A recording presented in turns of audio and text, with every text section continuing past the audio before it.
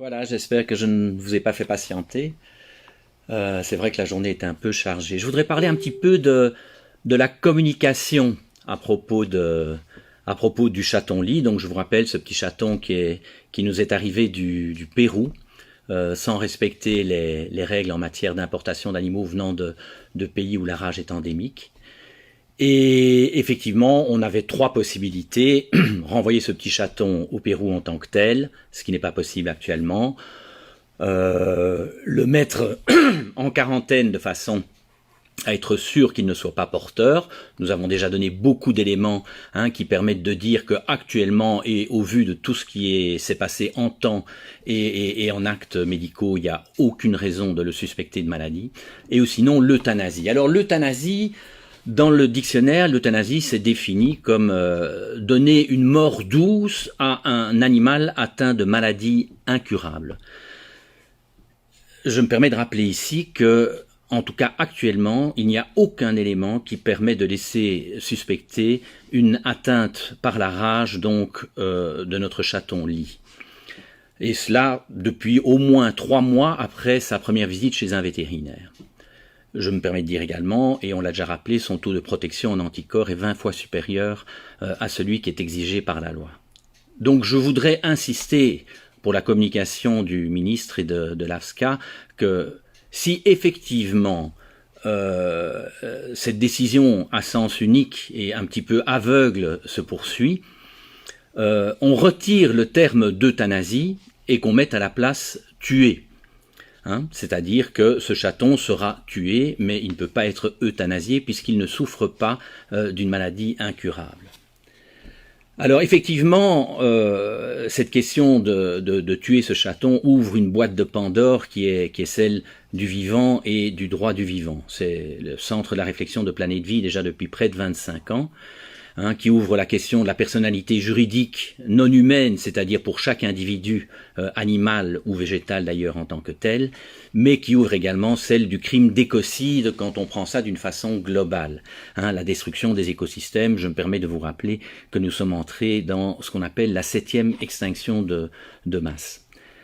Alors effectivement, chaque année, près de 60 milliards d'animaux sont tués, à la suite de leur élevage et de l'agro-industriel et de la consommation de viande. Près de 1000 milliards d'animaux sont tués dans les écosystèmes marins et on parle d'ici 2050 de la perte minimum de 30% des espèces sur Terre. Alors on pourrait se dire, au vu de tout ça, c'est quoi ça, ce chaton, qu'est-ce que ça vient faire dans autant tout simplement parce qu'une vie en tant que telle est un univers à part entière, que cette vie c'est le bien le plus précieux de ce petit chat. De quel droit pourrait-on le lui prendre s'il n'y a pas de risque vraiment pour la société en tant que telle? Et respecter une vie, en tout cas de mon point de vue, c'est respecter toutes les vies, et cela sans jugement mais avec discernement, que ce soit une vie humaine ou que ce soit une vie animale. Alors, voilà, il y a des alternatives, il y a une alternative, comme on le demande, qui est donc formulée au fait de tuer cet animal.